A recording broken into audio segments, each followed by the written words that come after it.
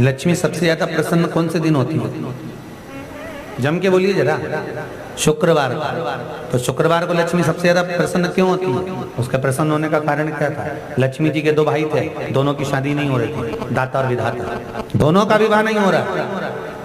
और दाता विधाता के लिए लक्ष्मी बड़ी परेशान थी, रोज नारायण से कहती थी प्रभु कुछ कृपा करिए, दाता विधाता का विवाह नहीं हो रहा, उम्र होती चली जा रही है, इनका कुछ करिए प्रभु, आप नारायण आप कुछ तो कर सकते हो। भगवान नारायण ने तब लक्ष्मी से कहा एक काम करो, बेलपत्री के पेड़ के नीचे बैठकर लक्ष्मी तुम अनुष्ठान करो तुम्हारे भाइयों के विवाह के लिए। इसलिए आज भी हमारे हिंदू धर्म की रीति है कि बेलपत्री के पेड़ के नीचे शाम के समय लक्ष्मी का वासा होता है। इसलिए लोग इस बेलपत्री के पेड़ के नीचे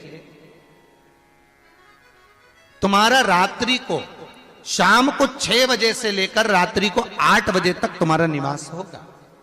जैसे पीपल के पेड़ में देवताओं का निवास, आपको आप लोगों ने यदि पद्म पुराण पढ़ी होगी या सुनी होगी तो उसमें स्पष्ट कहा है, पीपल के वृक्ष की गणना ध्यान देना, पीपल के वृक्ष में सुबह 4 बजे से लेकर 7 बजे तक ब्रह्मा जी का वासा होता है। पीपल के वृक्ष में सुबह 7 बजे तक ब्रह्मा जी का वासा, 7 बजे से लेकर 10:30 बजे तक पीपल के वृक्ष में भगवान विष्णु का वासा होता है। कितनी बजे तक? 10:30। 10:30 से लेकर 11:30 12 बजे तक पीपल के वृक्ष में पितरों का वासा होता है। इसलिए हमारे यहाँ पितरों को श्राद्ध पक्ष में जो भोजन कराया जाता है वो 10:30 से 12 के बीच में कराया जाता है।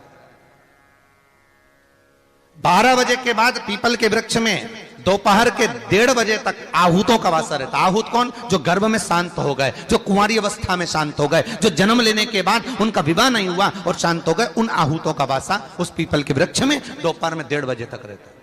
उसके बाद में प्रेतों का वासा चालू होता है। इसलिए दोपहर के समय पीपल के पेड़ की परिक्रमा नहीं होती।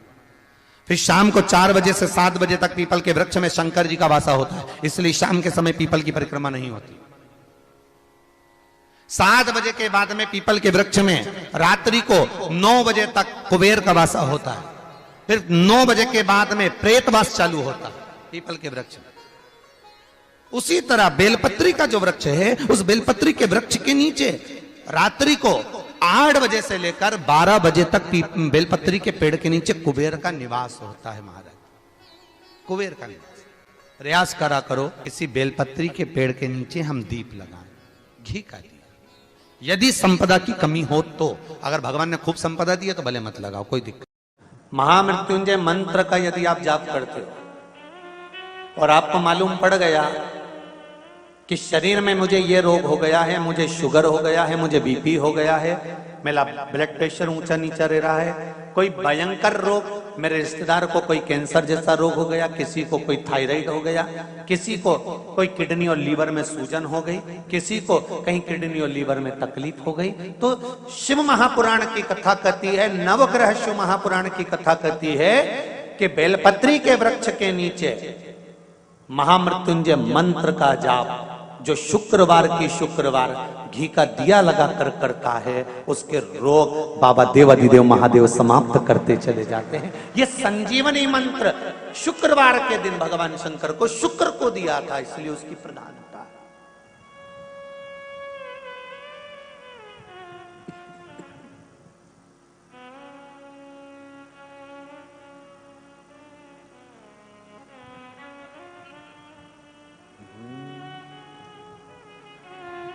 ये वो संजीवनी मंत्र। शुक्रवार के दिन बेलपत्री के वृक्ष के नीचे बैठकर घृत का दिया लगाकर शरीर में जो रोग है उसका स्मरण कर कर शंकर जी से विनय कर कर, हे भोलेनाथ, आपने शुक्र देवता को संजीवनी मंत्र दिया है, तो क्या आप मेरे को वो मंत्र प्रदान नहीं करोगे? मेरे रोग, मेरी बीमारी, मेरे दुख को आप नहीं हरोगे?